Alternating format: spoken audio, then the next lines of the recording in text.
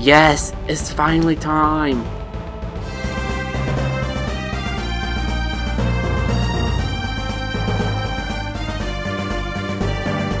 Greetings, interwebs and grandchildren, this is Jackit and welcome to another edition of Let's Play Golden Sun: The Lost Age. Last time on our adventures, we trekked downwards in Magma Rock and made new progression. We also got a salmon on our tail. Yes, I'm digging the bottom barrels. So we made that shortcut back, and I'm pretty sure it's literally a shortcut. It doesn't lead anywhere unless we wanted to get out of here quicker without using retreat for whatever reason. But since we've done it, I'm sure it'll come in handy. This is the pathway we need to go through. That much I am certain of. Question is of where to go from here. Well, ignoring that whole derp around, pretty sure we're not actually supposed to go down there. At least not yet. I do need a race of lava, if my theories are correct. I am starting to see how I could get terribly lost in here and being frustrated at this place almost as much as Air's Rock. But thankfully I at least have references and things to reference to if I get a wrong turn.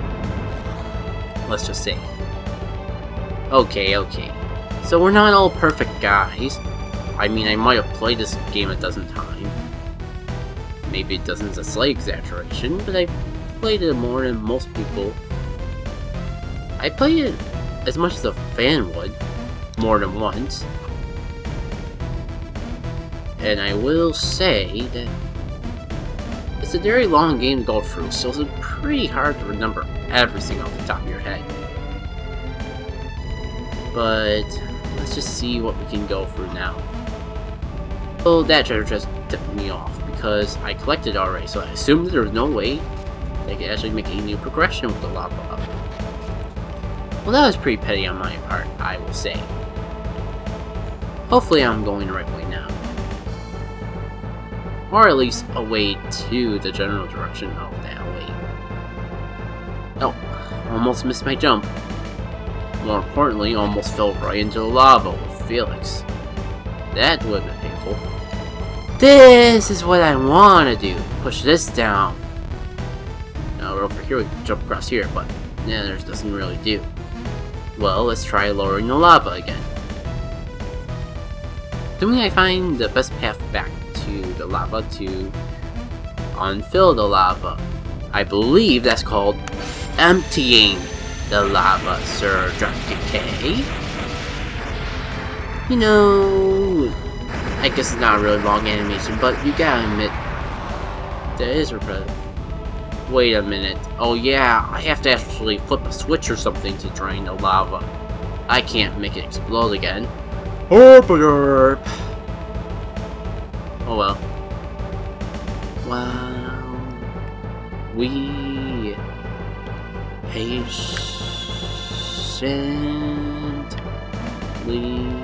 wait to hop across the platform. Let's just move on and find the way to drain this stupid melt.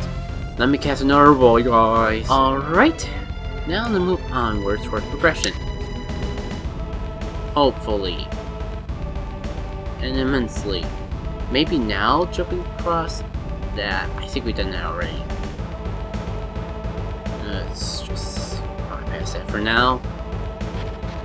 Yay! Oh, look! Yay! Actual yays, not sarcastic yays. There's the actual bolt to drain it. Now I can get over there as soon as I make my way all the way back. Yay! Not worth cutting because you guys might get lost the moment I cut away. Sorry to doubt you guys. I can actually imagine myself getting lost if not being told what to do between two rooms because there's just more than one alternate path. That's how pathetic I am. Alright, Sir Dysla. Let's hop across. Oh, why did I mess it up? Okay, this time, let's not fail at hopping across a grate. Yay. Let's try to press right instead of A when grabbing the chain. There we go. Isn't that a lot better? Now, what's the best way to get back to where I was? so I can make my way up and hop across that area that we opened up. Funny, you would think that once you cast a void, that you would remember when it ran out. Unless I just ran into the monster while my void was still going. That would be frustrating, but towards the game instead of myself. Not sure which is worse. Okay. I think it's about time that we made it to the core of Magma Rock. I think there's a little more, but oh, no, yeah. I remember this area. Do you guys? Briefly showed it off at the beginning of, I believe, doesn't matter what episode it was. But yeah, this is the very entrance of Magma Rock that we had to bypass. So you know what this is, guys. That's right, we're gonna frickin' summon rush the Mimic, and there will be no regrets about it.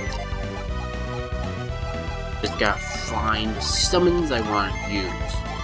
And it'll be... oh, no! We don't want to do that.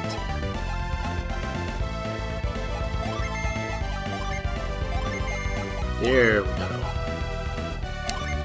Gonna frickin' summon rush the Mimic's butt. It will regret the day that I ever decide to pose as a Mimic. Time to die, Mimic. And I swear, if you survive more than one turn, I'll be disappointed because I did not prepare dialogue up in my head for more than one turn because I'm relying on summon rushing it. The whole point of summon rushing is to take things out very quickly by dealing a massive amount of damage through your summons. Often a reason why so many people in the Golden Sun community consider summon rushing a cheap tactic. It does have a downside, like you do have to leave yourself pretty vulnerable if summon rushing doesn't work, because you put so many of your Djinns into summoning that you have none left over for your classes. And then Mimic had an apple. Who's gonna get the apple? I think Jenna's been the teacher pet of me for a while, so she is gonna get the apple.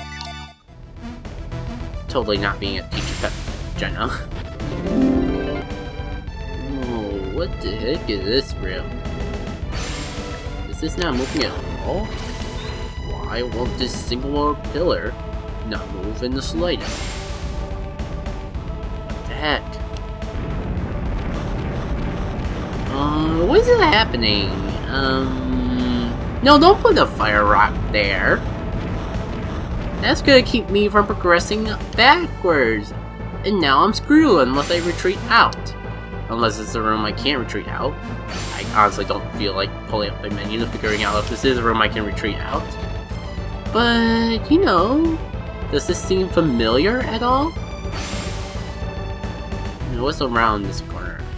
That's obviously the way we need to go, but when there's an obvious way to go and alternative paths along the side, you can't help but be tempted to check them to make sure you're not missing any treasures. It's like the RPGs syndrome.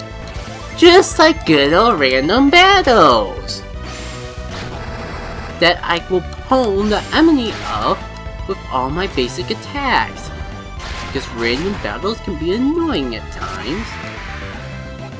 Why moves that reduce or prevent random battles are so amazing. Aren't I right, guys? Alright. Going here. I feel like I was saying something important. Oh yeah! Doesn't this room look familiar, guys? Platforms that disappear behind us, making things awkward every step. I think I want to retreat out of here now. Oh no, I can't retreat. Whatever shall I do? Yes, it's finally time. Wielder of flame strength, lay your hand upon this stone. If our worthy, I grant thee the power of blaze with fire. Yep, it's frickin' Jenna's turn. Yeah, they saved the best for last. Wait, no giant scene of Jenna left in the air and magical power beam.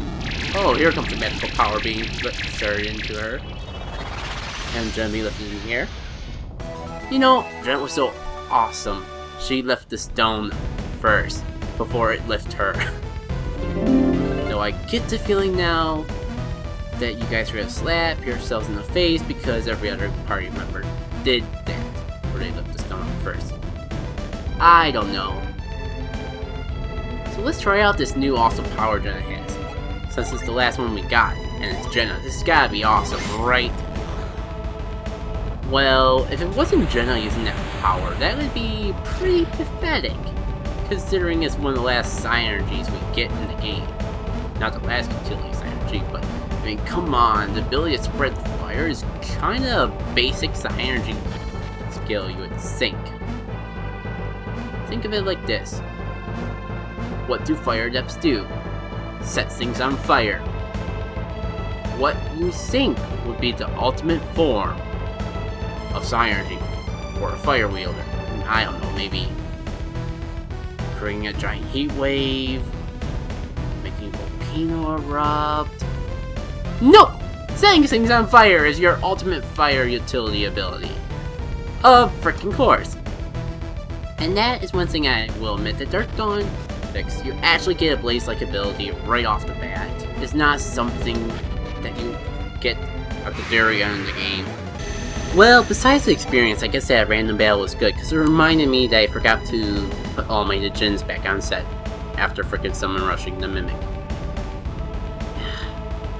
Now, how to get the items that are in here, because now that we have Blaze, what's it called? Yeah. We'd be able to do stuff with it.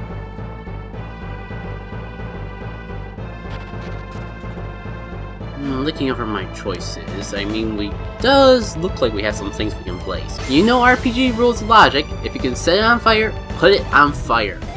Though I gotta get right next to the fire and somehow not burn or melt in order to do so. I think we established it's because of Jenna's awesome powers though. How to get back? Okay, I see what we gotta do. Set this ablaze.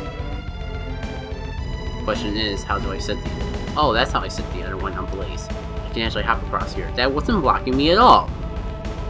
That made things anticlimactic. Thought we were trapped here without blaze. Turns out that's not the case.